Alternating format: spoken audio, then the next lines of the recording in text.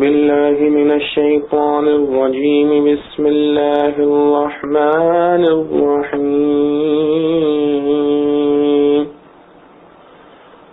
وإذ قال موسى لقومه إن الله يأمركم أن تذبحوا بقرة قالوا أتتخذنا هزوا قال أعوذ بالله أن أكون من الجاهلين. ترجمہ: اور جب کہا موسیٰ نے اپنی قوم سے، اللہ فرماتا ہے تم کو ذبح کرو ایک گائے، وہ بولے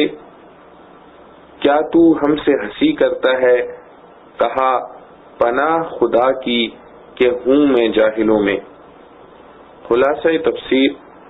اور وہ زمانہ یاد کرو جب حضرت موسیٰ علیہ السلام نے اپنی قوم سے فرمایا کہ حق تعالیٰ تم کو حکم دیتے ہیں کہ اگر اس لاش کے قاتل کا پتہ لگانا چاہتے ہو تو تم ایک بیل ذبح کرو. وہ کہنے لگے کہ آیا آپ ہم کو مسخرہ بناتے ہیں؟ کہاں قاتل کی تحقیق، کہاں جانور کا ذبح کرنا. موسیٰ علیہ السلام نے فرمایا نعوذ باللہ، جو میں ایسی جہالت والوں کا سا کام کروں کہ احکام خداوندی میں تمسخر کرنے لگوں. فائدہ: یہ قصہ اس طرح ہوا کہ بنی اسرائیل میں ایک خون ہو گیا تھا جس کی وجہ سے مرقات شراب مشکات میں یہ لکھی ہے کہ کسی شخص نے مقتول کی کسی لڑکی سے شادی کی درخواست کی تھی مگر اس نے انکار کر دیا اور اس شخص نے اس کو قتل کر دیا. قاتل لاپتہ تھا، اس کا پتہ نہ لگتا تھا. اور معالم نے کلبی رحمۃ اللہ علیہ کا یہ قول نقل کیا ہے کہ اس وقت تک توریت میں اس کے متعلق کوئی شرعی قانون بھی نازل نہیں ہوا تھا. اس سے معلوم ہوتا ہے کہ یہ قصہ نزول توریت سے قبل کا ہے. غرض بنی اسرائیل نے موسیٰ علیہ السلام سے عرض کیا کہ ہم چاہتے ہیں کہ قاتل کا پتہ چلے. آپ نے بحکم خداوندی ایک بیل ذبح کرنے کا حکم فرمایا. انہوں نے حسب عادت اور اپنی جبلت کے مطابق اس میں حجتیں نکالنا شروع کی.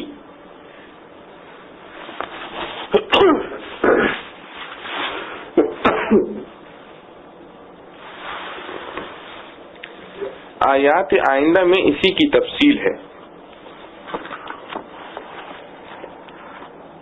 قال ادع لنا ربك يبين لنا ما لونها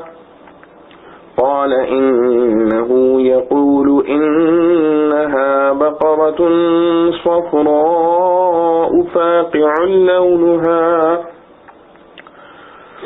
قال إنه يقول إنها بقرة صفراء فاقع لونها تسر الناظرين قال ادع لنا ربك يبين لنا ما هي إن البقرة شابه علينا وإنا إن شاء الله لمهتدون قال إنه يقول إنها بقرة لا ذلول تطيل الأرض ولا تسقي الحرث مسلمة لا شية فيها قالوا الآن جئت بالحق فذبحوها وما كادوا يفعلون.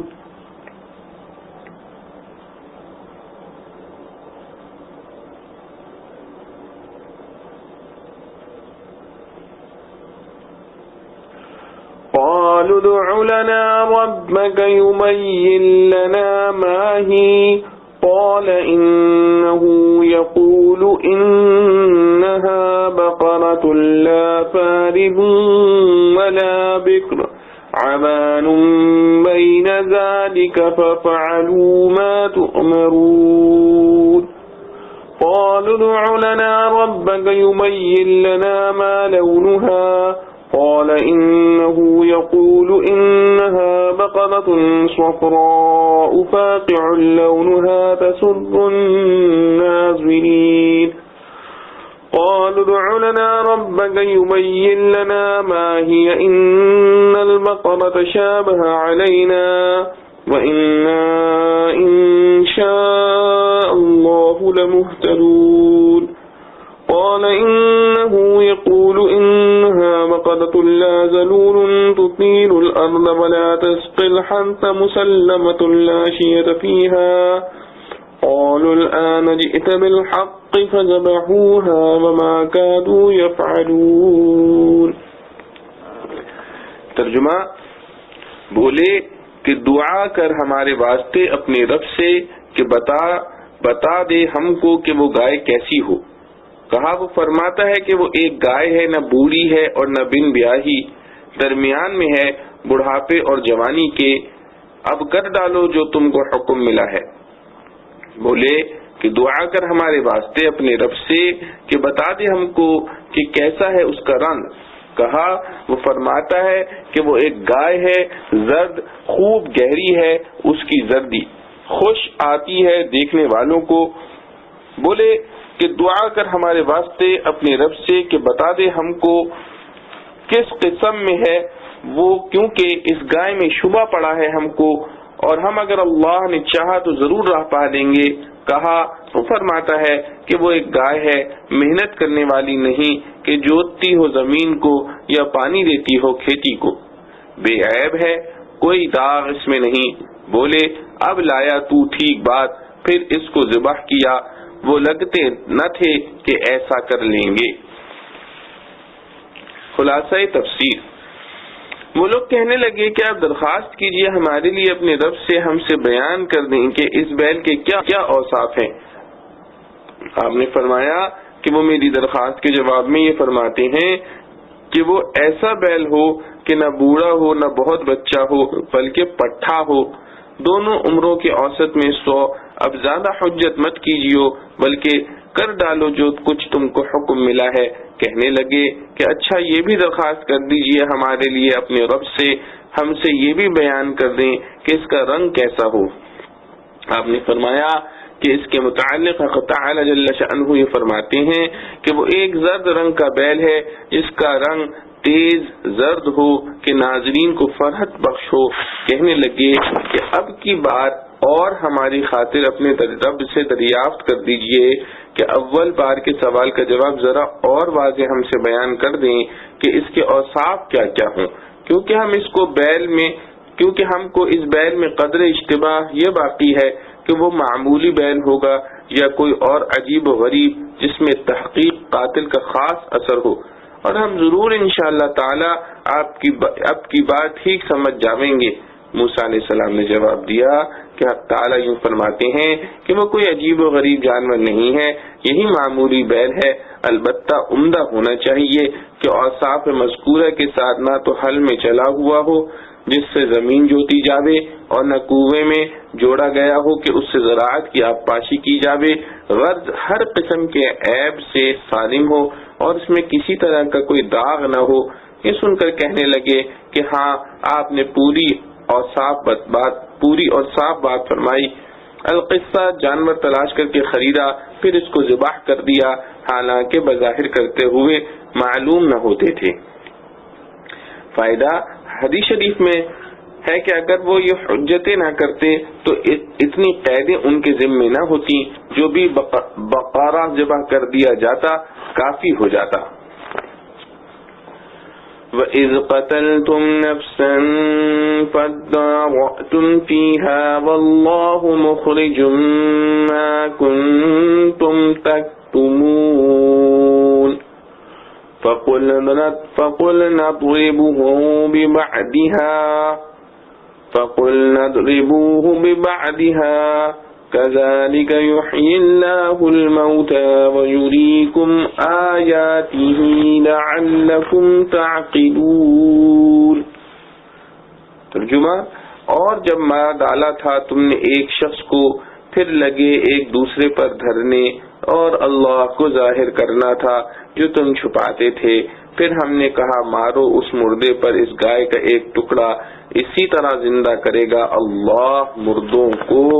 اور دکھاتا ہے تم کو اپنی قدرت کے نمونے تاکہ تم غور کرو۔ خلاصہ تفسیر، اور وہ زمانہ یاد کرو جب تم لوگوں میں سے کسی نے ایک آدمی کا خون کر دیا، پھر اپنی برات کے لیے ایک دوسرے پر ڈالنے لگے، اور اللہ تعالی کو اس امر کا ظاہر کرنا منظور تھا جس کو تم میں کے مجرم و مشتبہ لوگ مخفی رکھنا چاہتے تھے۔ اس لیے ذبح بقرہ کے بعد ہم نے حکم دیا کہ اس مقتول کی لاش کو اس بقرہ کے کوئی سے ٹکڑے سے چھوا دو، چنانچہ چھوانے سے وہ زندہ ہو گیا۔ آگے اللہ تعالی بمقابلہ منکرین قیامت کے اس قصے سے استدلال اور نذیر کے طور پر فرماتے ہیں کہ اسی طرح حق تعالی قیامت میں مردوں کو زندہ کر دیں گے، اور اللہ تعالیٰ اپنے نظائر قدرت تم کو دکھلاتے ہیں اس توقع پر کہ تم عقل سے کام لیا کرو اور ایک نظیر سے دوسری نظیر کے انکار سے باز آؤ۔ فائدہ، جب اس مردے کے ساتھ یہ معاملہ کیا گیا تو وہ زندہ ہو گیا، اس نے قاتل کا نام بتا دیا اور پھر فوراً ہی مر گیا۔ اس جگہ صرف مقتول کا بیان اس لیے کافی سمجھا گیا کہ حضرت موسیٰ علیہ السلام کو بذریعہ وحی معلوم ہو گیا تھا کہ یہ مقتول سچ بولے گا، ورنہ صرف مقتول کے بیان سے بغیر شرعی شہادت کے کسی پر قتل کا ثبوت کافی نہیں ہوتا۔ یہاں یہ شبہ کرنا بھی درست نہیں کہ حق تعالیٰ کو تو مردہ زندہ کرنے کی ویسی ہی قدرت تھی، یا مقتول کو زندہ کیے بغیر قاتل کا نام بتایا جا سکتا تھا، پھر اس سامان کی کیا ضرورت تھی؟ تو بات یہ ہے کہ حق تعالیٰ کا کوئی فعل ضرورت اور مجبوری کی وجہ سے تو ہوتا نہیں، بلکہ مصلحت اور حکمت کے لیے ہوتا ہے، اور ہر واقعے کی حکمت اللہ تعالیٰ ہی کے احاطہ علمی میں آ سکتی ہے۔ نہ ہم اس کے مکلف ہیں کہ ہر واقعے کی مصلحت معلوم کریں، اور نہ یہ ضروری ہے کہ ہر واقعے کی حکمت ہماری سمجھ میں آ جائے۔ اس لیے اس کے پیچھے پڑ کر اپنی عمر عزیز ضائع کرنے کے بجائے بہتر طریقہ تسلیم و سکوت کا ہے۔ ثم قست قلوبكم من بعد ذلك فهي كالحجارة أو أشد قسوة وإن من الحجارة لما يتفجر منه الأنهار وإن منها لما يشقق فيخرج منه الماء وَإِنَّ مِنْهَا لَمَا يَهْبِطُ مِنْ خَشْيَةِ اللَّهِ وَمَا اللَّهُ بِغَافِلٍ عَمَّا تَعْمَلُونَ۔ ترجمہ، پھر تمہارے دل سخت ہو گئے اس سے کہ بعد سو وہ ہو گئے جیسے پتھر یا ان سے بھی سخت، اور پتھروں میں تو ایسے بھی ہیں جن سے جاری ہوتی ہیں نہریں، اور ان میں ایسے بھی ہیں جو پھٹ جاتے ہیں اور نکلتا ہے ان سے پانی، اور ان میں ایسے بھی ہیں جو گر پڑتے ہیں اللہ کے ڈر سے، اور اللہ بے خبر نہیں تمہارے کاموں سے۔ خلاصہ تفسیر، گزشتہ واقعات سے متاثر نہ ہونے پر شکایت کے طور پر ارشاد ہوتا ہے، ایسے واقعات کے بعد چاہیے تھا کہ تم لوگوں کے دل بالکل نرم اور حق تعالیٰ کی عظمت سے پر ہو جاتے، لیکن تمہارے دل پھر بھی سخت ہی رہے۔ تو یوں کہنا چاہیے کہ ان کی مثال پتھر کی سی ہے، یا یوں کہیے کہ وہ سختی میں ان سے بھی زیادہ ہیں، اور زیادہ سخت اس وجہ سے کہا جاتا ہے کہ بعض پتھر تو ایسے ہیں جن سے بڑی بڑی نہریں پھوٹ کر چلتی ہیں، اور انہی پتھروں میں بعض ایسے ہیں کہ جو شق ہو جاتے ہیں، پھر ان سے اگر زیادہ نہیں تو تھوڑا ہی پانی نکل آتا ہے، اور انہی پتھروں میں بعض ایسے ہیں جو خدا تعالیٰ کے خوف سے اوپر سے نیچے لڑک آتے ہیں اور تمہارے قلوب میں کسی قسم کا اثر ہی نہیں ہوتا، اور اس قساوت سے جو اعمال بد صادر ہوتے ہیں حق تعالیٰ تمہارے ان اعمال سے بے خبر نہیں ہیں، بہت جلد تم کو سزا تک پہنچا دیں گے۔ فائدہ، اس جگہ پتھر کے 3 اثرات بیان کیے گئے ہیں۔ اول، ان سے زیادہ پانی نکلنا، دوم، کم پانی نکلنا، ان دو میں تو کسی کو شبہ نہیں پڑتا۔ تیسری صورت یعنی خدا کے خوف سے پتھر کا نیچے آ گرنا، اس میں ممکن ہے کہ کسی کو شبہ ہو کیونکہ پتھر کو تو عقل اور حس نہیں ہے، سو یہاں یہ سمجھ لینا چاہیے کہ خوف کے لیے عقل کی تو ضرورت نہیں، کیونکہ حیوانات لا یا عقل میں خوف کا مشاہدہ ہوتا رہتا ہے۔ البتہ حس کی ضرورت ہوتی ہے، لیکن جمادات میں اتنی بھی حس نہ ہونے کی کوئی دلیل نہیں، کیونکہ جس حیات پر موقوف ہے کیونکہ حس حیات پر موقوف ہے اور بہت ممکن ہے کہ ان میں ایسی لطیف حیات ہو جن کا ہم کو ادراک نہیں ہوتا. جیسا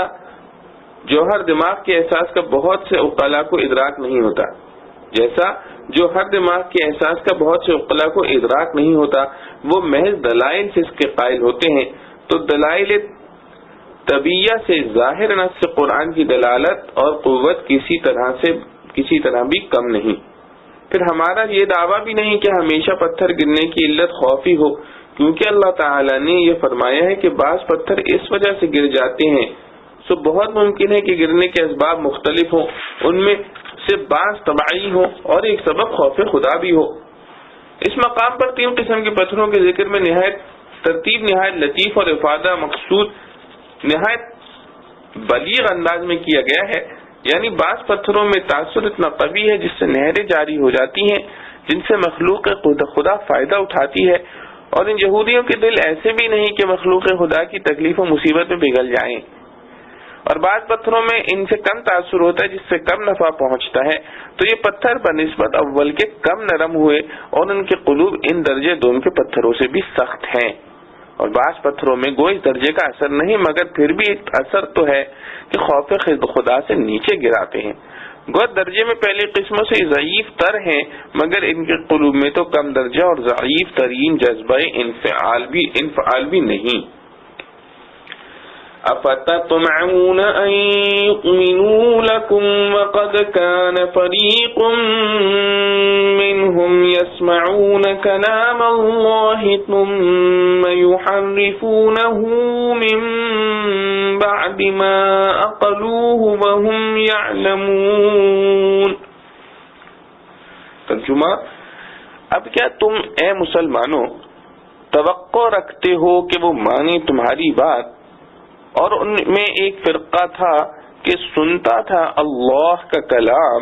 پھر بدل ڈالتے تھے اس کو جان بوجھ کر، اور وہ جانتے تھے. خلاصہ تفسیر: مسلمان یہودیوں کو مومن بنانے کی جو کوشش کر رہے تھے اس میں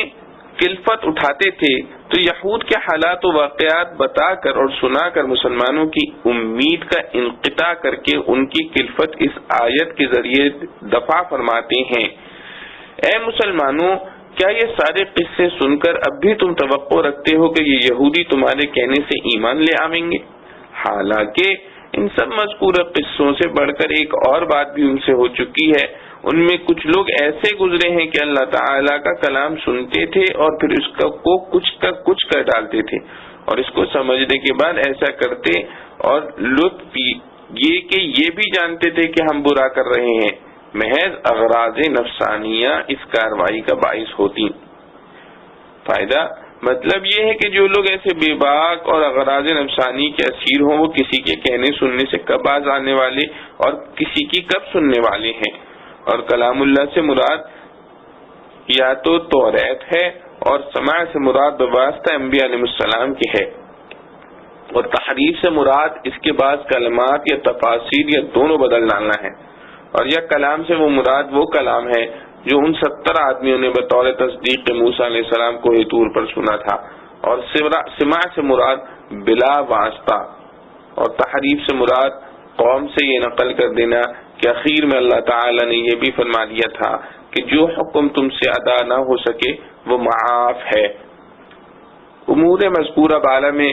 سے کسی امر کا صدور کو ان یہودیوں سے نہ ہوا جو حضرت صلی اللہ علیہ وسلم کے زمانے میں موجود تھے، لیکن چونکہ یہ لوگ بھی اپنے اسلاف کے ان اعمال پر انکار و نفرت نہ رکھتے تھے، اس لیے حکماً یہ بھی ویسے ہی ہوئے. وَإِذَا لَقُوا الَّذِينَ آمَنُوا قَالُوا آمَنَّا وَإِذَا خَلَا بَعْضُهُمْ إِلَى بَعْضٍ قَالُوا أَتُحَدِّثُونَهُم بِمَا فَتَحَ اللَّهُ عَلَيْكُمْ لِيُحَاجُّوكُم بِهِ عِندَ رَبِّكُمْ أَفَلَا تَعْقِلُونَ. ترجمہ: اور جب ملتے ہیں مسلمانوں سے کہتے ہیں ہم مسلمان ہوئے، اور جب تنہا ہوتے ہیں ایک دوسرے کے پاس تو کہتے ہیں تم کیوں کہہ دیتے ہو ان سے جو ظاہر کیا اللہ نے تم پر، تاکہ جھٹلائیں تم کو اس سے تمہارے رب کے آگے، کیا تم نہیں سمجھتے؟ خلاصہ تفسیر۔ اور جب ملتے ہیں منافقین یہود مسلمانوں سے تو ان سے تو کہتے ہیں کہ ہم بھی ایمان لے آئے ہیں، اور جب تنہائی میں جاتے ہیں یہ بعض منافق یہودی دوسرے بعض اعلانی یہودیوں کے پاس تو ان سے ان کی معیت وہم مشربی کے مدعی ہوتے ہیں، اس وقت وہ دوسرے یہودی ان سے کہتے ہیں کہ تم یہ کیا غضب کرتے ہو کہ مسلمانوں کو خوشامد میں وہ باتیں بتلا دیتے ہو جو ان کے مفید مذہب اللہ تعالی نے توریت میں تم پر منکشف کر دی ہیں، مگر ہم بمصلحت پوشیدہ رکھتے ہیں، نتیجہ یہ ہوگا کہ وہ لوگ تم کو حجت میں مغلوب کر دیں گے کہ دیکھو یہ مضمون اللہ کے پاس سے تمہاری کتاب میں آیا ہے، کیا تم اتنی موٹی سی بات نہیں سمجھتے؟ فائدہ، منافقین کبھی ایک آدھ بات خوشامد میں اپنے ایمان کی سچائی جتلانے کے لیے مسلمانوں سے کہہ دیتے تھے کہ توریت میں رسول اللہ صلی اللہ علیہ وسلم کے متعلق بشارت آئی ہے یا قرآن مجید کے متعلق خبر آئی ہے وغیرہ وغیرہ، اس پر دوسرے لوگ ان کو ملامت کرتے تھے۔ اولا يعلمون ان اللہ يعلم ما يسرون وما يعلنون ومنهم أميون لا يعلمون الكتاب إلا أماني وإن هم إلا يظنون فويل للذين يكتبون الكتاب بأيديهم ثم يقولون هذا من عند الله ليشتروا به ثمنا قليلا فويل لهم مما كتبت أيديهم وويل لهم مما يكسبون۔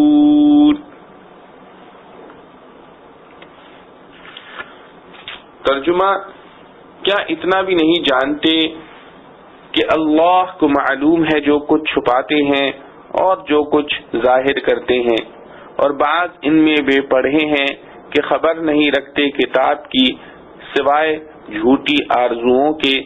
اور ان کے پاس کچھ نہیں مگر خیالات، سو خرابی ہے ان کو جو لکھتے ہیں کتاب اپنے ہاتھ سے پھر کہہ دیتے ہیں یہ خدا کی طرف سے ہے تاکہ لیویں اس پر تھوڑا سا مال، سو خرابی ہے ان کو اپنے ہاتھوں کے لکھے سے اور خرابی ہے ان کو اپنی اس کمائی سے۔ خلاصہ تفسیر، کیا ان کو اس کا علم نہیں ہے کہ حق تعالیٰ کو سب خبر ہے ان چیزوں کی بھی جن کو وہ مخفی رکھتے ہیں اور ان کی بھی جن کو کا وہ اظہار کرتے ہیں؟ تو اگر منافقین نے مومنین سے اپنا کفر چھپایا تو کیا اور ان ملامت گروں نے حضور پاک صلی اللہ علیہ وسلم کی بشارت وغیرہ کے مضامین چھپائے تو کیا اللہ تعالیٰ کو سب خبر ہے؟ چنانچہ اللہ تعالیٰ نے ان دونوں مضامین سے مسلمانوں کو جا بجا مطلع فرما دیا ہے۔ اس آیت میں تو یہودیوں کے خواندہ لوگوں کا ذکر تھا، آگے ان کے ناخواندہ لوگوں کا ذکر اس طرح فرماتے ہیں کہ اور ان یہودیوں میں بہت سے ناخواندہ بھی ہیں جو کتابی علم نہیں رکھتے لیکن بلا سند دل خوش کن باتیں بہت یاد ہیں، اور وہ لوگ کچھ اور نہیں ویسے ہی بے بنیاد خیالات پکا لیتے ہیں، اور اس کی وجہ یہ ہے کہ کچھ تو ان کے علماء کی تعلیم ناقص اور مخلوط ہے اور پھر اوپر سے ان میں فہم کی کمی ہے۔ ایسی صورت میں بجز بے بنیاد خیالات کے حقائق واقعہ کی تحقیق کہاں نصیب ہو سکتی ہے؟ بقول شخص سے کریلا اور نیم چڑھا، اس میں مٹھاس کہاں؟ اور چونکہ ان کی اس توہم پرستی میں ان کے علماء کی خیانت بڑا سبب ہے، اس لیے جرم میں بھی وہ اپنے عوام سے زیادہ ہوئے، اسی کا بیان اب یہاں کرتے ہیں۔ جب عوام مذکورین قابل زجر و توبیخ ہیں اور ان کے جہل کا اصلی سبب ان کے علماء ہی ہیں تو بڑی خرابی ان کی ہوگی جو لکھتے ہیں بدل سدل کر کتاب توریت کو اپنے ہاتھوں سے، اور پھر عوام سے کہہ دیتے ہیں کہ یہ حکم خدا کی طرف سے یوں ہی آیا ہے، اور غرض صرف یہ ہوتی ہے کہ اس ذریعے سے کچھ نقد قدر قلیل وصول کر لیں۔ سو بڑی خرابی پیش آئے گی ان کی اس تحریف کتاب کی بدولت بھی جن کو ان کے ہاتھوں نے لکھا تھا، اور بڑی خرابی ہوگی ان کو اس نقد کی بدولت بھی جس کو وصول کر لیا کرتے تھے۔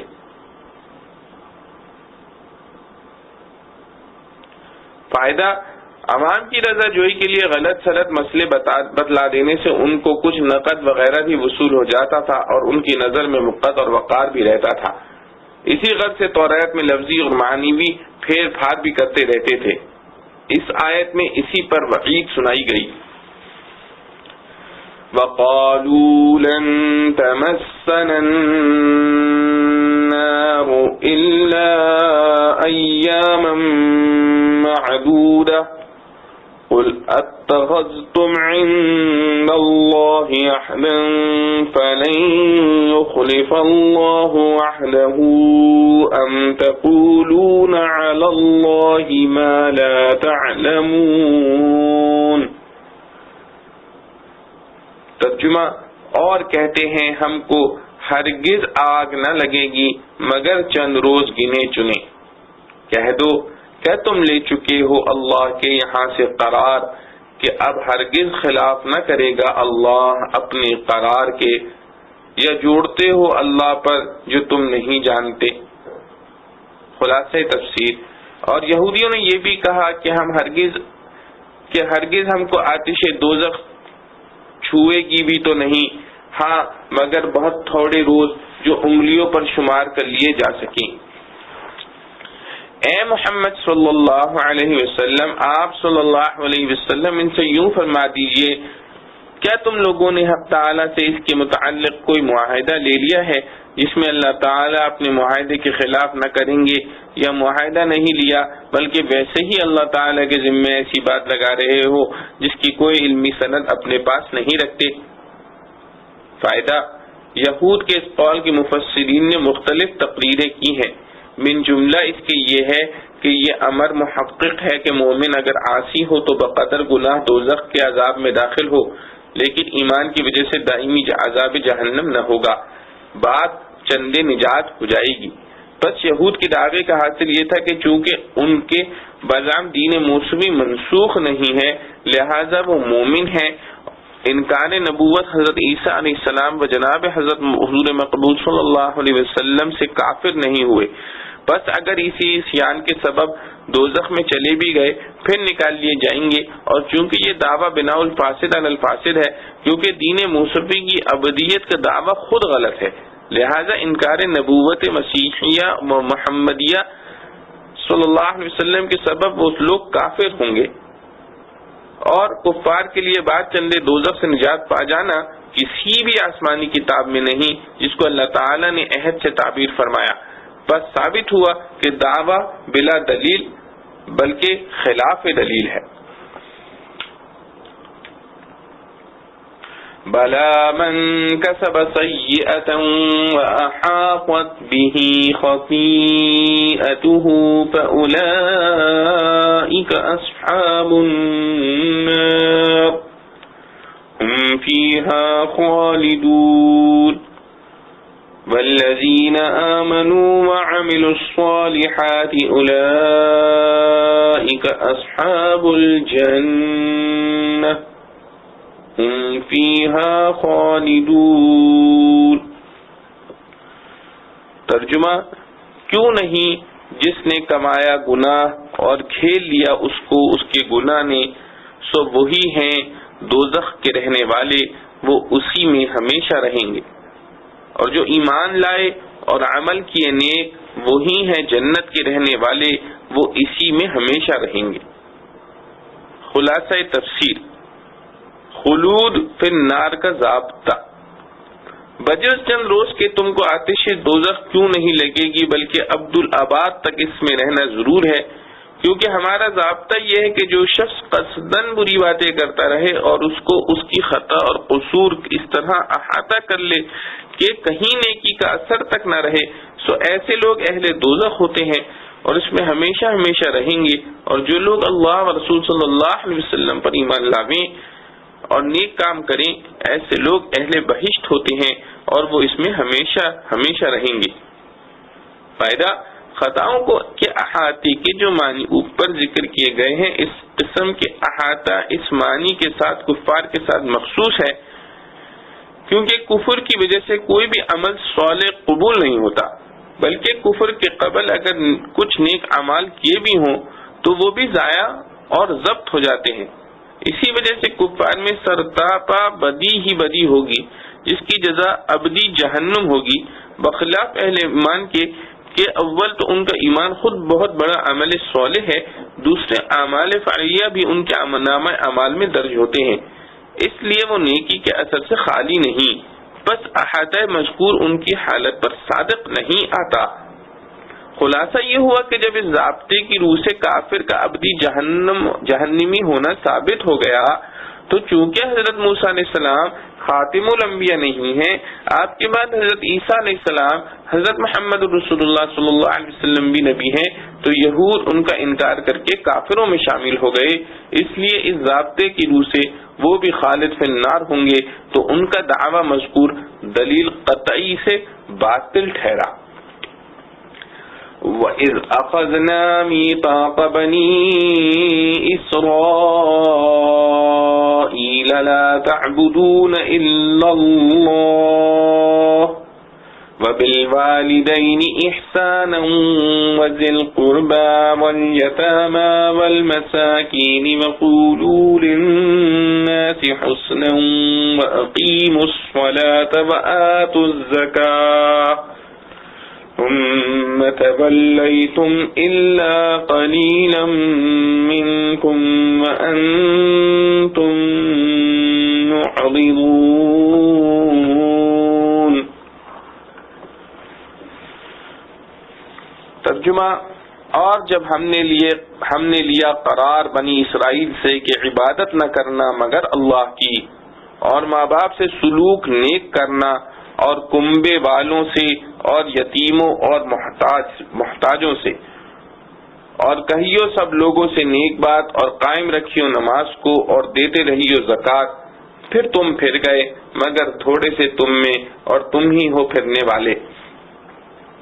خلاصہ تفصیل، اور وہ زمانہ یاد کرو جب لیا ہم نے توریت میں قول و قرار بنی اسرائیل سے کہ عبادت مت کرنا کسی کی بجز اللہ کے، اور ماں باپ کی اچھی طرح خدمت گزاری کرنا، اور اہل قرابت کی بھی، اور بے باپ کے بچوں کی بھی، اور غریب محتاجوں کی بھی، اور عام لوگوں سے جب کوئی بات کہنا ہو تو اچھی طرح خوش خلقی سے کہنا، اور پابندی رکھنا نماز کی، اور ادا کرتے رہنا زکوٰۃ، پھر تم قول و قرار کر کے اس سے پھر گئے بجز معدود چند کے، اور تمہاری تو معمولی عادت ہے اقرار کر کے ہٹ جانا۔ فائدہ، یہ معدود چند وہ لوگ ہیں جو توریت کے پورے پابند رہے، توریت کے منسوخ ہونے سے قبل شریعت موسویہ کے پابند رہے، جب توریت منسوخ ہو گئی تو شریعت محمدیہ صلی اللہ علیہ وسلم کے متبع ہو گئے۔ مسئلہ اس آیت سے یہ معلوم ہوا کہ یہ احکام اسلام اور سابقہ شریعتوں میں مشترک ہیں، جن میں توحید، والدین اور رشتہ داروں اور یتیموں اور مسکینوں کی خدمت، اور تمام انسانوں کے ساتھ گفتگو میں نرمی و خوش خلقی کرنا، اور نماز اور زکوٰۃ سب داخل ہیں۔ تعلیم و تبلیغ میں سخت کلامی کافر سے بھی درست نہیں۔ قولوا للناس حسنا سے مراد قولاً احسن ہے، جس کا حاصل یہ ہے کہ جب لوگوں سے خطاب کرے تو بات نرم کرے، خوش روئی اور خوشادہ دلی سے کرے، چاہے مخاطب نیک ہو یا بد، سنی ہو یا بدعتی۔ ہاں، دین کے معاملے میں مداہنت اور اس کی خاطر سے حق پوشی نہ کرے۔ وجہ یہ ہے کہ حق تعالی نے جب موسیٰ اور ہارون علیہ السلام کو فرعون کی طرف بھیجا تو یہ ہدایت نامہ دیا کہ قولا لہ قولا لینا، تو جو کلام کرنے والا ہے وہ حضرت موسیٰ علیہ السلام سے افضل نہیں، اور مخاطب کتنا ہی برا ہو فرعون سے زیادہ برا خبیث نہیں۔ طلحہ بن عمر رحمہ اللہ علیہ کہتے ہیں کہ میں نے امام تفسیر و حدیث عطا رحمہ اللہ علیہ سے کہا کہ آپ کے پاس فاسد عقیدے والے لوگ بھی جمع رہتے ہیں، مگر میرے مزاج میں تیزی ہے، میرے پاس ایسے لوگ آتے ہیں تو ان کو سخت باتیں کہہ دیتا ہوں۔ حضرت عطا رحمہ اللہ علیہ نے فرمایا کہ ایسا نہ کیا کرو، کیونکہ حق تعالیٰ کا حکم ہے کہ قولوا للناس حسنا، اس میں تو یہودی و نصرانی بھی داخل ہیں، مسلمان خواہ کیسا ہی ہو وہ کیوں نہ داخل ہوگا۔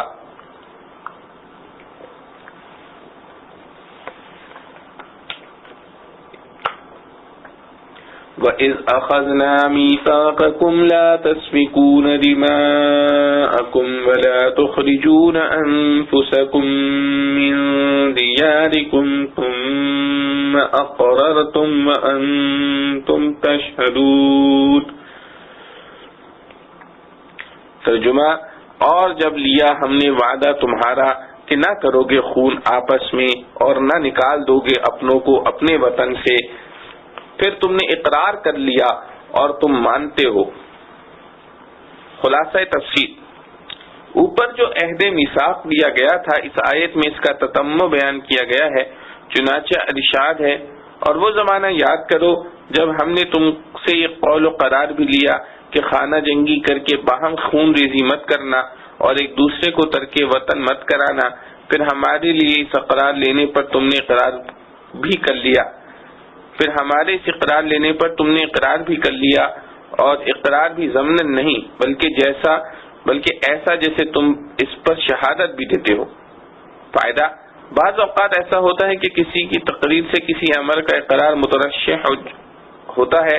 مگر گو صاف اقرار نہیں ہوتا، مگر عرفاً اور عقلاً اس کو اقرار ہی سمجھا جاتا ہے، لیکن یہاں تو تم اقرر تم سے اس شبے کو بھی رفع کر دیا اور بتا دیا کہ یہ اقرار اتنا صریح اور واضح تھا جیسے شہادت صاف اور واضح ہوا کرتی ہے۔ ترک وطن کرانے کی ممانعت کا مطلب یہ ہے کہ کسی کو آزار پہنچا کر اتنا تنگ مت کرنا کہ بیچارہ ترک وطن پر مجبور ہو جائے۔ ثم انتم هؤلاء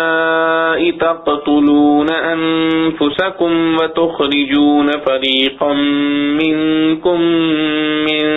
ديارهم تظاهرون عليهم بالإثم والعدوان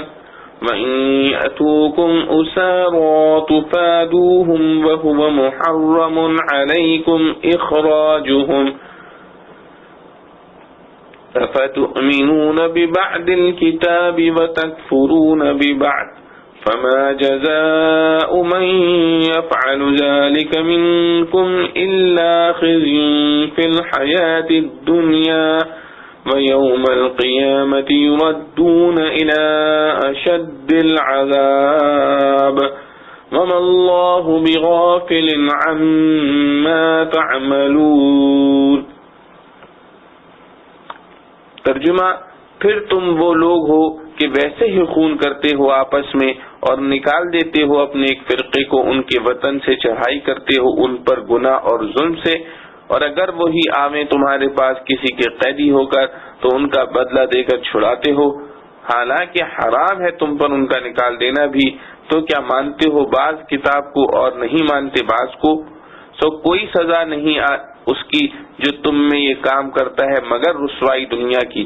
زندگی میں، اور قیامت کے دن پہنچائے جاویں سخت سے سخت عذاب میں، اور اللہ بے خبر نہیں تمہارے کاموں سے۔ خلاصہ تفسیر، تتمہ میثاق میں جو حکم ان کو دیا گیا ہے اس کے متعلق عہد شکنی کا بیان اس آیت میں فرمایا ہے۔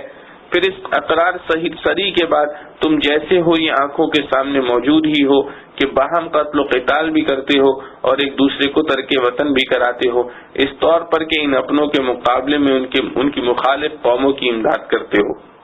گناہ اور ظلم کے ساتھ سو ان دونوں حکموں کو تو یوں غارت کیا، اور ایک تیسرا حکم جو سہل سمجھا اس پر عمل کرنے کو خوب تیار رہتے ہو کہ اگر ان لوگوں میں سے کوئی گرفتار ہو کر تم تک پہنچ جاتا ہے تو ایسوں کو کچھ خرچ کرا کر رہا کرا دیتے ہو، حالانکہ یہ بات بھی معلوم ہے کہ تم ان کا ترک وطن کرا دینا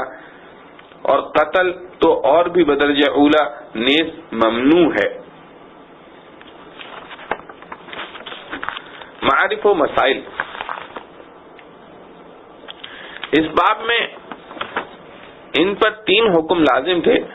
اول قتل نہ کرنا، دوم اخراج یعنی ترک وطن نہ کرانا، سوم اپنی قوم سے کسی کو قید و بند میں گرفتار دیکھیں تو روپیہ خرچ کر کے چھڑا دینا۔ ان لوگوں نے اول کے 2 حکم کو تو چھوڑ دیا اور تیسرے حکم کا اہتمام کرنے لگے. اور صورت اس کی یہ ہوئی تھی کہ اہل مدینہ میں 2 قومیں تھیں، اوس و خزرج، اور ان میں باہم عداوت رہتی تھی اور کبھی کبھی قتال کی نوبت بھی آ جاتی تھی. اور مدینہ کے گرد و نواح میں یہودیوں کی 2 قومیں بنی قریظہ اور بنی نذیر آباد تھیں. اوس و بنی قریظہ کی باہم دوستی تھی اور خزرج و بنی نذیر میں باہم یارانہ تھا. جب اوس و خزرج میں باہم لڑائی ہوتی تو دوستی کی بنا پر بنو قریظ تو اوس کے مددگار ہوتے اور بنو نذیر خزرج کی طرفداری کرتے. تو جہاں اوس و خزرج مارے جاتے اور خانمہ آوارہ ہوتے، ان کے دوستوں اور حامیوں کو بھی یہ مصیبت پیش آتی. اور ظاہر ہے کہ بنو قریظہ کے قتل و اخراج میں بنو نذیر کا بھی ہاتھ ہوتا. اور ایسا ہی بالعکس. البتہ یہود کی دونوں جماعتوں میں سے اگر کوئی جنگ میں قید ہو جاتا تو ہر جماعت اپنے دوستوں کو مال پر راضی کر کے اس قیدی کو رہائی دلا دیتے. اور کوئی پوچھتا کہ ایسا کیوں کرتے ہو تو اس کا جواب دیتے کہ اسیر کو رہا کرا دینا ہم پر واجب ہے. اور اگر کوئی قتل و قتال میں معین و مددگار بننے پر اعتراض کرتا تو کہتے کہ کیا کریں، دوستوں کا ساتھ نہ دینے سے آر آتی ہے. اس آیت میں اللہ تعالیٰ نے اس کی شکایت فرمائی ہے اور ان کی ہیلا سازیوں کا پردہ چاک فرمایا ہے. اس آیت میں جن مخالف قوموں کی امداد کا ذکر ہے اس سے اوس و خزرج مراد ہیں کہ اوس بنی قریظہ کی موافقت میں بنی نذیر کے مخالف تھے اور خزرج بنی نذیر کی موافقت میں بنی قریظہ کے مخالف تھے. اثم و عدوان ظلم و گناہ 2 لفظ لانے سے اس طرف اشارہ ہو سکتا ہے کہ اس میں 2 حق ضائع ہوتے ہیں. حکم الہی کی تعمیل نہ کر کے حق اللہ ضائع کیا اور دوسرے کو آزار پہنچا کر حق العباد بھی ضائع کر دیا. آگے اس عہد شکنی پر ملامت و شکایت کے ساتھ ساتھ سزا کو بھی بالتفصیل بیان فرمایا ہے. ارشاد ہے کیا تو بس یوں کہو کہ کتاب توریت کے بعض احکام پر تم ایمان رکھتے ہو اور بعض احکام پر ایمان نہیں رکھتے، تو اور کیا سزا ہونا چاہیے ایسے شخص کی جو تم لوگوں میں سے ایسی حرکت کرے بجز رسوائی کے دنیاوی زندگانی میں، اور روز قیامت کو بڑے سخت عذاب میں ڈال دیے جاویں گے اور اللہ تعالی کچھ بے خبر نہیں ہیں تمہارے اعمال زشت سے. فائدہ ہرچند کہ وہ یہودی جن کا قصے میں ذکر ہے نبی اکرم صلی اللہ علیہ وسلم کی نبوت کا انکار کرنے کی بنا پر کافر ہی تھے، مگر یہاں ان کا کفر مذکور نہیں بلکہ بعض احکام پر عمل نہ کرنے کو کفر سے تعبیر فرمایا ہے. حالانکہ جب تک حرام کو حرام سمجھے آدمی کافر نہیں ہوتا، سو اس شبے کا جواب یہ ہے کہ جو گناہ بہت شدید ہوتا ہے اس پر محاورات شرعیہ میں اس کی شدت کے پیش نظر کفر کا اطلاق کر دیا جاتا ہے. ہم اپنے محاورات عرفیہ میں اس کی مثالیں دن رات دیکھتے ہیں. جیسے کسی ذلیل حرکت کرنے والے کو کہہ دیتے ہیں کہ تو بالکل چمار ہے، حالانکہ مخاطب چمار یقیناً نہیں ہے. اس سے مقصود شدت نفرت اور اس کام کی قباحت ظاہر کرنا ہوتا ہے، اور یہی معنی ہے اس حدیث میں من ترک الصلاۃ متعمدا فقد کفر وغیرہ کے. اس مقام پر جن 2 سزاؤں کا ذکر ہے ان سے پہلی سزا یعنی دنیا میں ذلت اور رسوائی تو اس کا وقوع اس طرح ہوا کہ حضور پاک صلی اللہ علیہ وسلم ہی کے زمانے میں مسلمانوں کے ساتھ معاہدے کی خلاف ورزی کرنے کے سبب بنی قریظہ قتل و قید کیے گئے اور بنی نذیر ملک شام کی طرف بہزار ذلت و خواری نکال دیے گئے. اولئک الذین اشتروا الحیاة الدنیا بالآخرة فلا یخفف عنہم العذاب ولا هم ینصرون. یہ وہی ہیں جنہوں نے مول لی دنیا کی زندگی آخرت کے بدلے، سو نہ ہلکا ہوگا ان پر عذاب اور نہ ان کو مدد پہنچے گی. خلاصہ تفسیر اور وجہ سزا ان کے لیے یہ ہے کہ یہ وہ لوگ ہیں کہ انہوں نے احکام کی مخالفت کر کے دنیاوی زندگی کے مزوں کو لے لیا ہے بعوض نجات آخرت کے جس کا ذریعہ اطاعت ہے. سنا تو سزا دینے والے کی طرف سے ان کی سزا میں کچھ تخفیف دی جاوے گی اور نہ کوئی وکیل مختار یا دوست رشتہ دار ان کی طرفداری پیروی کرنے پاوے گا. وَلَقَدْ آتَيْنَا مُوسَى الْكِتَابَ وَقَفَّيْنَا مِن بَعْدِهِ بِالرُّسُلِ وآتينا عيسى ابن مريم البينات وأيدناه بروح القدس وآتينا عيسى ابن مريم البينات وأيدناه بروح القدس أفكلما جاءكم رسول بما لا تهوى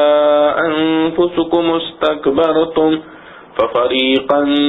كذبتم وفريقا تقتلون ففريقا كذبتم وفريقا تقتلون.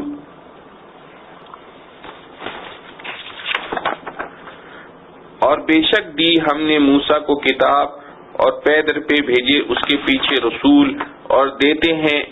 دیے ہیں ہم نے عیسیٰ مریم کے بیٹے کو معجزے صریح اور قوت دی اس کو روح پاک سے. پھر بھلا کیا جب تمہارے پاس لایا کوئی رسول وہ حکم جو نہ بھایا تمہارے جی کو تو تم تکبر کرنے لگے. پھر ایک جماعت کو جھٹلایا اور ایک جماعت کو تم نے قتل کر دیا. خلاصہ تفسیر. اور ہم نے اے بنی اسرائیل تمہاری ہدایت کے لیے ہمیشہ سے بڑے بڑے سامان کیے. سب سے اول موسیٰ علیہ السلام کو کتاب تورات دی اور پھر ان کے بعد درمیان میں یکے بعد دیگرے برابر مختلف پیغمبروں کو بھیجتے رہے. اور پھر اس خاندان کے سلسلے کے اخیر میں ہم نے حضرت عیسیٰ بن مریم کو نبوت کی واضح دلائل انجیل اور معجزات عطا فرمائے. اور ہم نے ان کو روح القدس جبرائیل علیہ السلام سے جو تائید دی سو الگ جو بجائے خود ایک دلیل واضح تھی. تو کیا تعجب کی بات نہیں کہ اس پر بھی تم سرکشی کرتے رہے. اور جب کبھی بھی کوئی پیغمبر تمہارے پاس ایسے احکام لائے جن کو تمہارا دل نہ چاہتا تھا جب ہی تم نے ان کو پیغمبروں کی اطاعت سے تکبر کرنا شروع کر دیا. سو ان پیغمبروں میں سے بعضوں کو تو نعوذ باللہ تم نے جھوٹا بتلایا اور بعضوں کو بے دھڑک قتل ہی کر ڈالتے تھے. فائدہ. قرآن و حدیث میں جا بجا حضرت جبرائیل علیہ السلام کو روح القدس کہا گیا ہے. جیسے اس قرآن کی آیت میں نیز قل نزلہ روح القدس میں اور حدیث میں حضرت حسان بن ثابت رضی اللہ عنہ کا یہ شعر وجبریل رسول اللہ فینا وروح القدس لیس لہ کفا. اور جبرائیل علیہ السلام کے واسطے سے عیسیٰ علیہ السلام کی کئی طریقوں سے تائید ہوئی اور جبرائیل علیہ السلام کے واسطے سے عیسیٰ علیہ السلام کی کئی طریقوں سے تائید ہوئی. اول تو ولادت کے وقت مس شیطان سے حفاظت کی گئی. پھر ان کے دم کرنے سے حمل عیسوی قرار پایا. پھر یہود چونکہ کثرت سے حضرت عیسیٰ علیہ السلام کے مخالف تھے اس لیے جبرائیل علیہ السلام حفاظت کے لیے ساتھ رہتے تھے حتیٰ کہ آخر میں ان کے ذریعے سے آسمان پر اٹھوا لیے گئے. یہود نے بہت سے پیغمبروں کی تکذیب کی حتیٰ کہ حضرت عیسیٰ علیہ السلام کی بھی تکذیب کی اور حضرت زکریا و حضرت یحییٰ علیہ السلام کو قتل بھی کیا.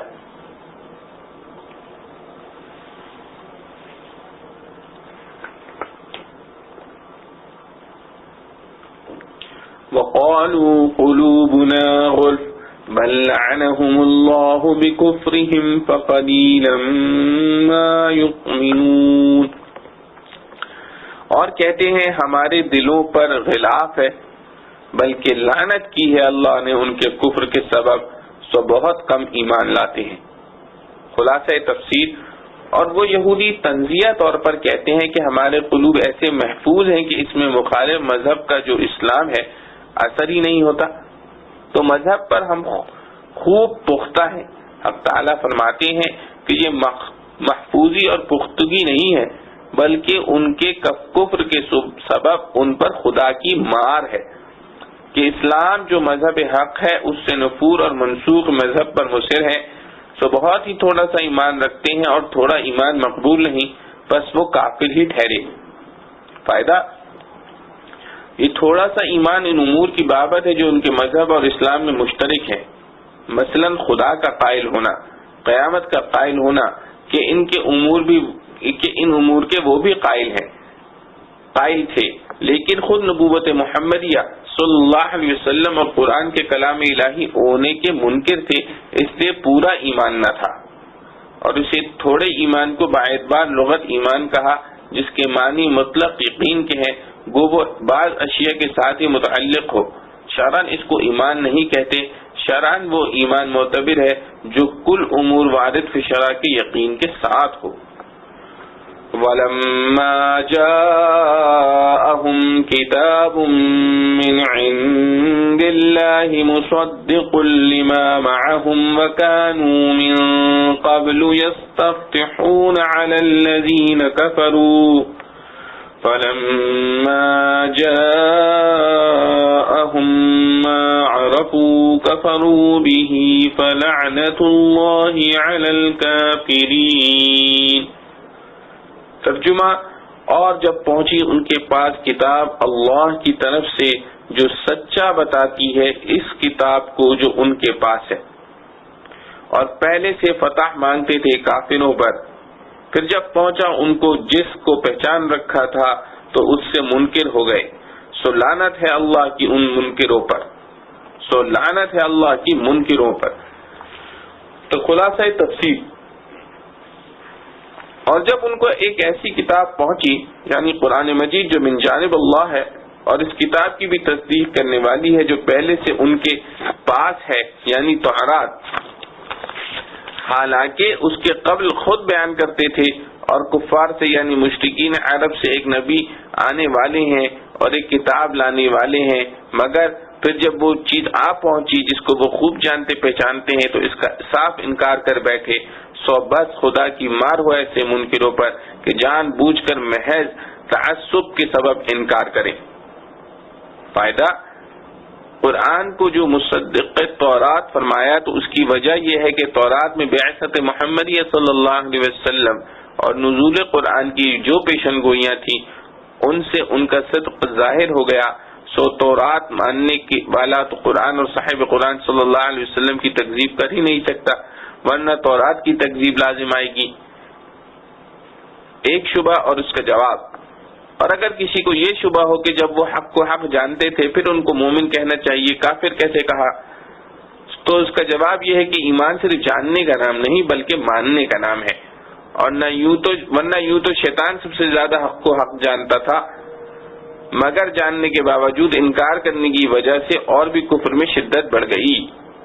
ورنہ یوں تو شیطان سب سے زیادہ حق کو حق جانتا ہے مگر جاننے کے باوجود انکار کرنے کی وجہ سے اور بھی کفر میں شدت بڑھ گئی، اسی لیے اگلی آیت میں ان کے کفر کی وجہ ان کا عناد بتلایا گیا ہے، چنانچہ ارشاد ہوتا ہے بئس ما اشتروا به انفسهم ان يكفروا بما انزل الله بغيا ان ينزل الله من فضله على من يشاء من عباده فباءوا بغضب على غضب وللكافرين عذاب مهين۔ بری چیز ہے وہ جس کے بدلے بیچا انہوں نے اپنے آپ کو کہ منکر ہوئے اس چیز کی جو اتاری اللہ نے اس ضد پر کہ اتارے اللہ اپنے فضل سے جس پر چاہے اپنے بندوں میں سے، سو کمال آئے غصے پر غصہ اور کافروں کے واسطے عذاب ہے ذلت کا۔ ترجمہ، بری چیز ہے وہ جس کے بدلے بیچا انہوں نے اپنے آپ کو کہ منکر ہوئے اس چیز کے کہ جو اتاری اللہ نے، اس ضد پر کہ اتارے اللہ اپنے فضل سے جس پر چاہے اپنے بندوں میں سے، سو کمال آئے غصے پر غصہ اور کافروں کے واسطے عذاب ذلت کا۔ خلاصہ تفسیر، وہ حالت بہت ہی بری ہے جس کو اختیار کر کے وہ بزعم خود اپنی جانوں کو عقوبت آخرت سے چھڑانا چاہتے ہیں، اور وہ حالت یہ ہے کہ کفر انکار کرتے ہیں ایسی چیز کا جو حق تعالیٰ نے ایک سچے پیغمبر پر نازل فرمائی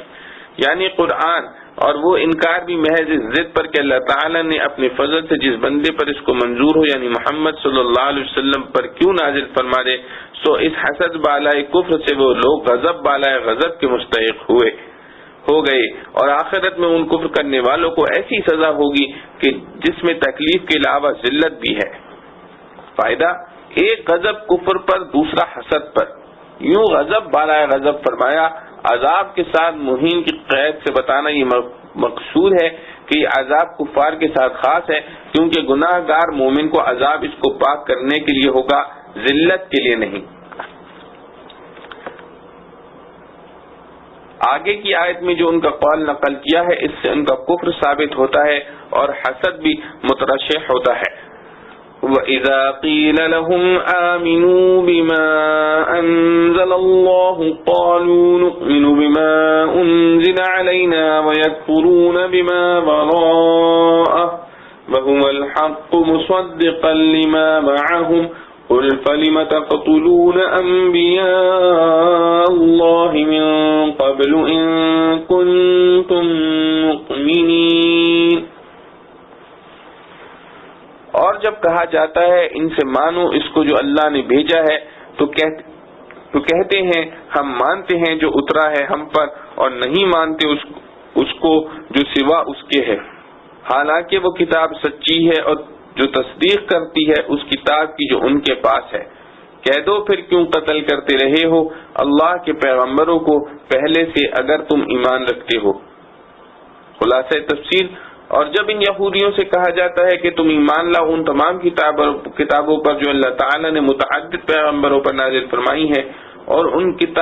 تمام کتابوں میں جو قرآن بھی ہے، تو جواب میں کہتے ہیں کہ ہم تو صرف اس ہی کتاب پر ایمان لاویں گے جو ہم لوگوں پر بواسطہ حضرت موسیٰ علیہ السلام کے نازل کی گئی ہے، یعنی توراۃ. اور باقی جتنی کتابیں اس کے علاوہ ہیں جیسے انجیل اور قرآن، ان سب کا وہ انکار کرتے ہیں، حالانکہ وہ تورات کے ماسوا کتابیں بھی فی نفسی حق اور واقعی ہیں اور فی نفسی حق ہونے کے علاوہ تصدیق کرنے والی بھی ہیں اس کتاب کی جو ان کے پاس ہے، یعنی تورات کی. آپ صلی اللہ تعالی علیہ وسلم یہ بھی کہیے کہ اچھا تو پھر کیوں قتل کیا کرتے تھے اللہ کے پیغمبروں کو اس کے پہلے زمانے میں اگر تم تورات پر ایمان رکھنے والے تھے. فائدہ، یہود نے جو یہ کہا ہم صرف تورات پر ایمان لاویں گے دوسری کتب پر ایمان نہ لاویں گے، تو ان کا یہ قول صریح کفر ہے. اور اس کے ساتھ جو یہ کہا تم کہ تورات جو ہم پر نازل کی گئی ہے اس سے حسد مترشح ہوتا ہے، اس کا مفہوم صاف یہ ہے کہ اور کتابیں چونکہ ہم پر نازل نہیں کی گئی اس لیے ان پر ایمان نہیں لائیں گے. اللہ تعالیٰ نے ان کے اس قول کو 3 طرح رد فرمایا ہے. اول یہ کہ جب اور کتابوں کی حقیقت اور واقعیت بھی دلیل قطعی سے ثابت ہے تو پھر اس سے انکار کی کیا وجہ ہے؟ ہاں اگر اس دلیل میں کوئی کلام تھا تو اس کو پیش کر کے تشفی کر لیتے، انکار محض کی آخر کیا وجہ؟ دوسرے، اور کتابیں مثلا قرآن مجید جو تورات کا مصدق ہے تو اس کے انکار سے تو خود تورات کی تکذیب و انکار لازم آتا ہے. تیسرے یہ کہ انبیاء علیہ السلام کو قتل کرنا تمام ان آسمانی کتابوں کی روح سے کفر ہے. پھر تمہارے گروہ کے لوگوں نے جو کئی نبیوں کو قتل کیا جن کی تعلیم بھی تورات ہی کے احکام کے ساتھ خاص تھی، اور تم ان قاتلین کو اپنا پیشوا اور مقتدی سمجھتے ہو تو براہ راست تورات کے ساتھ کفر کرتے ہو. اس سے تو تمہارا تورات پر ایمان کا دعویٰ بھی غلط ٹھہرتا ہے، غرض کسی بھی پہلو سے تمہارا قول و فعل صحیح اور درست نہیں. آگے بعض اور وجوہ و دلائل ان یہودیوں کا رد فرمایا گیا ہے. چنانچہ ارشاد ہوتا ہے وَلَقَدْ جَاءَكُم مُوسَىٰ بِالْبَيِّنَاتِ ثُمَّ اتَّخَذْتُمُ الْعِجْلَ مِن بَعْدِهِ وَأَنتُمْ ظَالِمُونَ. اور آ چکا تمہارے پاس موسیٰ صریح معجزے لے کر، پھر بنا لیا تم نے بچڑا اس کے گئے پیچھے اور تم ظالم ہو. خلاصہ تفسیر. اور حضرت موسیٰ علیہ السلام تم لوگوں کے پاس صاف صاف دلیلیں توحید و رسالت کی لائے، مگر اس پر بھی تم لوگوں نے گوسالہ کو معبود بنا لیا. موسیٰ علیہ السلام کے طور پر جانے کے بعد اور تم اس تجویز میں ستم ڈھا رہے تھے. فائدہ، بینات سے وہ دلائل مراد ہیں جو اس قصے سے پہلے جبکہ تورات نہ ملی تھی موسیٰ علیہ السلام کے نبی ہونے پر قائم ہو چکی تھی، مثلا عصا اور ید بیضا، دریا کا پھٹنا وغیرہ. رد کی تقریر کا حاصل ظاہر ہے کہ تم دعوت و ایمان کا کرتے ہو اور صریح شرک میں مبتلا ہو جس سے موسیٰ علیہ السلام بلکہ خدا تعالی کی صریح تکذیب بھی لازم آتی ہے.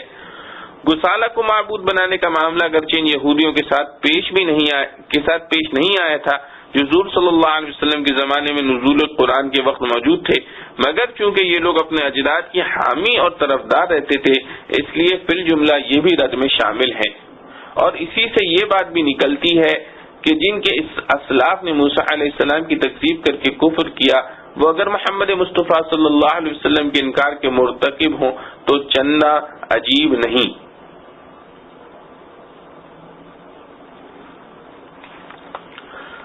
وَإِذْ أَخَذْنَا مِيثَاقَكُمْ وَرَفَعْنَا فَوْقَكُمُ الطُّورَ خُذُوا مَا آتَيْنَاكُمْ بِقُوَّةٍ وَاسْمَعُوا قَالُوا سَمِعْنَا وَعَصَيْنَا وَأُشْرِبُوا فِي قُلُوبِهِمُ الْعِجْلَ بِكُفْرِهِمْ قُلْ بِئْسَ مَا يَأْمُرُكُمْ بِهِ إِيمَانُكُمْ إِن كُنتُم مُّؤْمِنِينَ۔ اور جب ہم نے لیا قرار تمہارا اور بلند کیا تمہارے اوپر کوہ طور کو، پکڑو جو ہم نے تم کو دیا زور سے اور سنو، بولے سنا ہم نے اور نہ مانا، اور پلائی گئی ان کے دلوں میں محبت اسی بچڑے کی بسبب ان کے کفر کے، کہہ دے کہ بری باتیں سکھاتا ہے تم کو ایمان تمہارا اگر تم ایمان والے ہو۔ خلاصہ تفسیر، اور وہ زمانہ یاد کرو جب ہم نے تمہارا قول و قرار لیا تھا اور اس قول و قرار لینے کے لیے طور کو تمہارے سروں کے اوپر لا کھڑا کیا تھا، اور اس وقت حکم دیا کہ لو جو کچھ احکام ہم تم کو دیتے ہیں ہمت اور پختگی کے ساتھ لے لو اور ان احکام کو دل سے سنو۔ اس وقت انہوں نے ڈر کے مارے زبان سے تو کہہ دیا کہ ہم نے قبول کر لیا اور سن لیا، کیونکہ واقعی میں یہ بات دل سے نہ تھی، اس لیے گو یا بزبان حال یوں بھی کہہ رہے تھے کہ ہم سے عمل نہ ہوگا، اور وجہ ان کی اس بددلی کی یہ تھی کہ ان کے قلوب کے ریشے میں وہی گوسالہ پیوست ہو گیا تھا ان کے کفر سابق کی وجہ سے، جبکہ دریائے شور سے اتر کر انہوں نے ایک بت پرست قوم کو دیکھ کر درخواست کی تھی کہ ہمارے لیے کوئی ایسا ہی مجسم معبود تجویز کر دیا جائے۔ آپ صلی اللہ علیہ وسلم فرما دیجئے کہ دیکھ لیا تم نے اپنے ایمان مذموم کے افعال کو، سو یہ افعال تو بہت برے ہیں جن کی تعلیم تمہارا ایمان تم کو کر رہا ہے، اگر تم بزعم خود اب بھی اہل ایمان ہو، یعنی یہ ایمان نہیں ہے۔ فائدہ، اس آیت میں جو اسباب اور مسباب مذکور ہیں ان کی ترتیب کا حاصل یہ ہے کہ دریائے شور سے پار ہو کر ان سے ایک کلمہ کفر کا صدور ہوا۔ ہر چند موسیٰ علیہ السلام کی ڈانٹ ڈپٹ سے توبہ کر لی، لیکن توبہ کے مراتب بھی مختلف ہوتے ہیں۔ اعلیٰ درجے کی توبہ نہ ہونے کے سبب اس کی ظلمت قلب میں کچھ باقی رہ گئی تھی، وہ ترقی پا کر گوسالہ پرستی کا سبب بن گئی۔ اعلیٰ درجے کی توبہ نہ ہونے کے سبب اس کی ظلمت قلب میں کچھ باقی رہ گئی تھی، وہ ترقی پا کر گوسالہ پرستی کا سبب بن گئی۔ پھر اس کی توبہ میں بعضوں کو قتل ہونا پڑا اور بعضوں کو غالباً بلا قتل معافی ہو گئی ہو، جیسا کہ بعض مفسرین نے ذکر بھی کیا ہے۔ ان کی توبہ بھی کچھ ضعیف ہوئی ہوگی، اور جو گوسالہ پرستی سے محفوظ رہے تھے ان کو بھی گوسالہ پرستوں سے جس قدر نفرت واجب تھی اس میں کوتاہی ہونے سے ایک گنا اثر اس معصیت شرکیہ کا ان کے قلب میں باقی تھا۔ بہرحال ضعف توبہ یا کفر سے نفرت نہ ہونے کے آثار باقی رہنے نے دلوں میں سب دین سے سستی پیدا کر دی، جس سے اخذ میثاق میں کوہ طور کو ان پر معلق کرنے کی نوبت آئی۔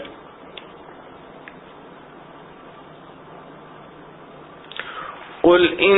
كانت لكم الدار الآخرة عند الله خالصة من دون الناس فتمنوا الموت إن كنتم صادقين وَلَن يَتَمَنَّوْهُ أَبَدًا بِمَا قَدَّمَتْ أَيْدِيهِمْ وَاللَّهُ عَلِيمٌ بِالظَّالِمِينَ۔ کہہ دے کہ اگر ہے تمہارے واسطے آخرت کا گھر اللہ کے ہاں تنہا سوا اور لوگوں کے، تو تم مرنے کی آرزو کرو اگر تم سچ کہتے ہو، اور ہرگز آرزو نہ کریں گے موت کی کبھی بھی بسبب ان گناہوں کے کہ بھیج چکے ہیں ان کے ہاتھ، اور اللہ خوب جانتا ہے گناہگاروں کو۔ خلاصہ تفسیر، بعض یہودی یہ دعویٰ کرتے تھے کہ آخرت کی نعمتیں خالص ہمارا ہی حق ہے۔ اللہ تعالی نے اس دعوے کو باطل کرنے کے لیے فرمایا کہ اے محمد صلی اللہ علیہ وسلم، آپ صلی اللہ علیہ وسلم ان لوگوں سے کہہ دیجئے کہ اگر بقول تمہارے عالم آخرت محض تمہارے ہی لیے نافع ہے بلا شرکت غیر، تو تم اس کی تصدیق کے لیے ذرا موت کی تمنا کر کے دکھلا دو اگر تم اس دعوے میں سچے ہو۔ اور ہم ساتھ ہی یہ بھی کہہ دیتے ہیں کہ یہ لوگ ہرگز کبھی اس موت کی تمنا نہ کریں گے بوجہ خوف سزا ان اعمال کفریہ کے جو اپنے ہاتھوں سمیٹتے ہیں۔ اور اللہ تعالیٰ کو خوب اطلاع ہے ان ظالموں کے حال کی، جب مقدمے کی تاریخ آئے گی فرد قرارداد جرم سنا کر سزا کا حکم کر دیا جائے گا۔ فائدہ قرآن کی بعض اور آیات سے بھی ان کے اس دعوے کا مفہوم نکلتا ہے، جیسا کہ قالوا لن تمسنا النار الا ایاما معدودہ اور وقالوا لن يدخل الجنة الا من كان هودا او نصارا اور وقالت اليهود والنصارى نحن ابناء الله واحباؤه وغیرہ۔ ان سب دعووں کا حاصل یہ معلوم ہوتا ہے کہ ہم دین حق پر ہیں، لہذا آخرت میں ہم کو تو ضرور نجات ملے گی۔ ہم میں سے جو تائب یا مرحوم ہیں ان کو تو ابتدا ہی سے جنت میں داخلہ مل جائے گا، اور جو گناہگار ہیں وہ چند روزہ عذاب بھگت کر نجات پا جائیں گے، اور جو مطیع ہیں وہ بمثل ابناء و احبہ محبوبہ و مقرب ہیں۔ بعض عنوانات کے طبع سے قطع نظریہ دعوے دین حق پر قائم ہونے کی صورت میں فی نفسی ہی تو درست و صادق ہیں، لیکن چونکہ وہ لوگ اپنے دین کے منسوخ ہو جانے کی بنا پر حق پر نہ رہے تھے، اس لیے اللہ تعالیٰ نے جا بجا مختلف عنوانات اور طریقوں سے ان کی تکذیب فرمائی۔ یہاں ایک خاص طریقہ ذکر کیا گیا ہے کہ اگر عام عادت کے مطابق بحث اور دلائل سے فیصلہ نہیں کرتے تو آؤ معفوق العادہ طریقہ یعنی معجزے کے ذریعے، اس میں نہ زیادہ علم و فہم کی ضرورت ہے نہ غائر نظر درکار، صرف زبان ہلانے کی ضرورت ہے، مگر ہم پیشن گوئی کرتے ہیں کہ تم زبان سے یہ ہرگز نہیں کہہ سکتے کہ ہم موت کی تمنا کرتے ہیں۔ اس پیشن گوئی کے بعد ہم کہتے ہیں کہ اگر تم اپنے دعووں میں سچے ہو تو یہ کلمہ کہہ دو، نہ کہا تو پھر تمہارا جھوٹا ہونا ثابت ہو جائے گا۔ چونکہ ان کو اپنا باطل اور کفر پر ہونا اور جناب رسول اللہ صلی اللہ علیہ وسلم اور مومنین کا حق پر ہونا ان پر واضح روشن تھا، اس لیے یا تو ایسی ہیبت چھائی کہ زبان ہی نہ اٹھی، یا وہ ڈر گئے کہ تم نے یہ کلمہ منہ سے نکالا اور موت نے آدھا بوچھا اور پھر سیدھے جہنم رسید ہوئے، ورنہ ان کو حضور پاک صلی اللہ علیہ وسلم سے جو رابط و دشمنی تھی اس کے پیش نظر تو ان کو یہ سن کر جوش آ جانا چاہیے تھا اور یہ کلمات ضرور کہہ دینا چاہیے تھے۔ در حقیقت اسلام کی حقانیت کے ثبوت کے لیے یہ واقعہ بہت کافی ہے۔ یہاں دو باتیں اور قابل ذکر ہیں۔ اول تو یہ کہ اسے استدلال ان یہودیوں کے ساتھ تھا جو نبی کریم صلی اللہ علیہ وسلم کے زمانے میں موجود تھے اور جنہوں نے آپ صلی اللہ علیہ وسلم کو نبی پہچاننے کے بعد عناد و عداوت کی بنا پر آپ صلی اللہ تعالی علیہ وسلم کا انکار کیا۔ ہر زمانے کے یہود سے یہ خطاب نہیں۔ دوسرے یہ شبہ بھی نہیں ہونا چاہیے کہ تمنا کرنا دل اور زبان دونوں سے ہوتا ہے۔ ممکن ہے انہوں نے دل سے تمنا کی ہو۔ اول تو یہ اس لیے صحیح نہیں کہ اللہ تعالیٰ کا فرمان وَلَن يَتَمَنَّوْهُ اس کی صاف تردید کر رہا ہے۔ دوسرے اگر وہ دل سے تمنا کرتے تو زبان سے ضرور اس کا اظہار کرتے، کیونکہ اس میں تو ان کی جیت تھی اور نبی کریم صلی اللہ علیہ وسلم کو جھٹلانے کا اچھا موقع تھا، اور یہ شبہ بھی نہ کرنا چاہیے کہ انہوں نے تمنا کی ہو مگر اس کی شہرت نہ ہوئی ہو۔ یہ اس لیے صحیح نہیں ہے کہ اسلام کے ہمدرد و معاونین کی تعداد کے مقابلے میں معاندین و مخالفین کی تعداد ہمیشہ زیادہ رہی۔ اگر ایسی بات ہوئی ہوتی تو وہ خود اس کو خوب اچھالتے کہ لو دیکھو تم نے جو معیار حق و صداقت مقرر کیا تھا اس پر بھی ہم پورے اترے۔